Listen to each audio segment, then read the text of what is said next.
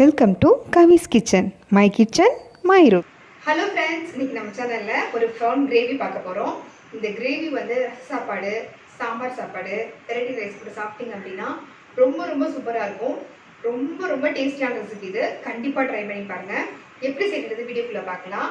வீடியோக்குள்ளே போகிறதுக்கு முன்னாடி நம்ம சேனலுக்கு சின்னதாக ஒரு லைக் பண்ணுங்கள். கூடவே தெரியுற சப்ஸ்கிரைப் பட்டனை கிளிக் பண்ணுங்கள். அதே மாதிரி பெல் சிம்பிளே கிளிக் பண்ணிடுங்க.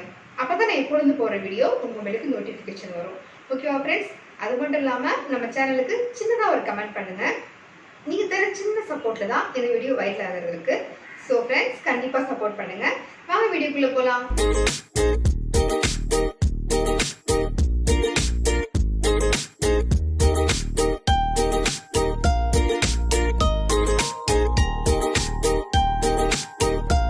இப்போ பார்த்தீங்கன்னா ஒரு பாத்திரத்தை அடுப்பில் வச்சுட்டு பாத்திரம்லாம் சூடானதுக்கப்புறமா ஒரு ஸ்பூன் மிளகு, ஒரு ஸ்பூன் சீரகம், இது ரெண்டுத்தையும் எடுத்து வச்சுருக்கேன். இந்த மிளகு சீரத்தை இது கூட சேர்த்துட்டு நம்ம நல்லா வறுக்கலாம். கருக விட்டுற வேணாம்.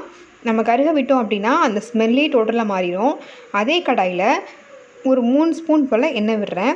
எண்ணெய் நல்லா சூடானதுமே நம்ம தாளிப்புக்கு எதுவும் போட போகிறதில்ல, கருவேப்பிலை தான் போடுறோம்.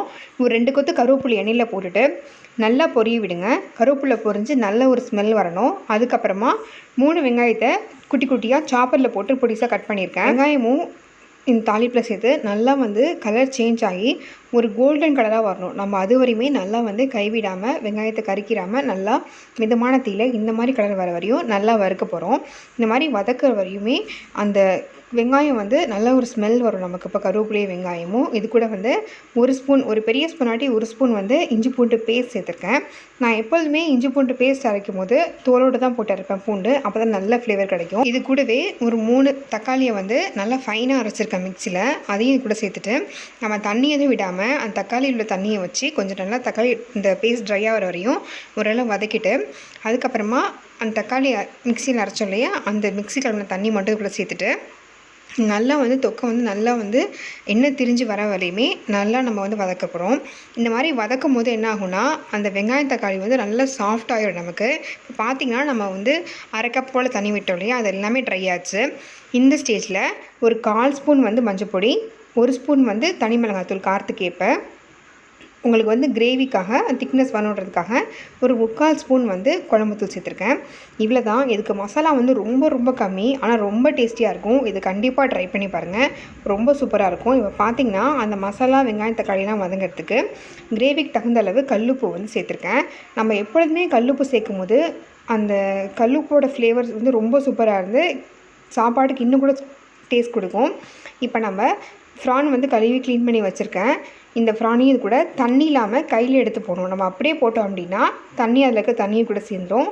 அது டேஸ்ட் கொஞ்சம் டிஃப்ரெண்ட் ஆகும்.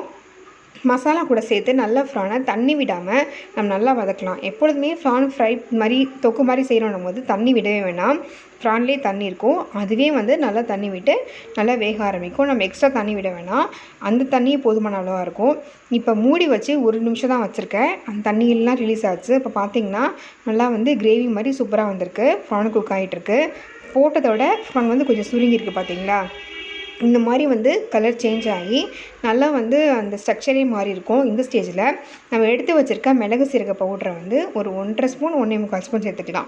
உங்களுக்கு காரம் வேணும்னா 2 ஸ்பூன் கூட சேர்த்துக்கலாம். நல்லாயிருக்கும். இப்போ இந்த ஃப்ளேவர் இறங்குறதுக்காக அந்த ஃப்ரானுடைய சேர்த்து நல்லா மிக்ஸ் பண்ணுறேன். அந்த கிரேவியில் அந்த ஃப்ரான் நல்லா ஒன்று சேர அந்த மிளகு காரம்லாம் இறங்கி நல்லா அந்த கிரேவி ட்ரை ஆகும். புரியுதுங்களா? இந்த மாதிரி கிரேவி சசத்தப்பாக இருக்கும்போது போட்டால் தான் அந்த ஃப்ளேவர் நல்லாயிருக்கும் நமக்கு. இப்போ ஓரளவு வதங்கினதுக்கப்புறமா 1 ஸ்பூன் சோம்பு நல்லா ஓரளவு இடித்து வச்சுருக்கேன். இந்த சோம்பு இதுக்கு சேர்க்க போகிறோம். அவ்வளோதான் இதுக்கு மசாலா. ரொம்ப சிம்பிளுங்க. அது ரொம்ப சீக்கிரமாக செஞ்சிடலாம். இது கூட கருவேப்பிலை இருந்தால் போட்டுக்கலாம், கொத்தமல்லி இருந்தாலும் போட்டுக்கலாம். நான் கருவேப்பிலை ஒரு கொத்து பொடிசாக கட் பண்ணி போட்டிருக்கேன். எப்படி இருக்குது பார்த்தீங்களா? இதே மாதிரி நீங்களும் செஞ்சு பார்த்துட்டு மறந்துடாமல் கமெண்ட் பண்ணுங்கள். நம்ம சேனலை எப்பொழுதும் போல் சப்போர்ட்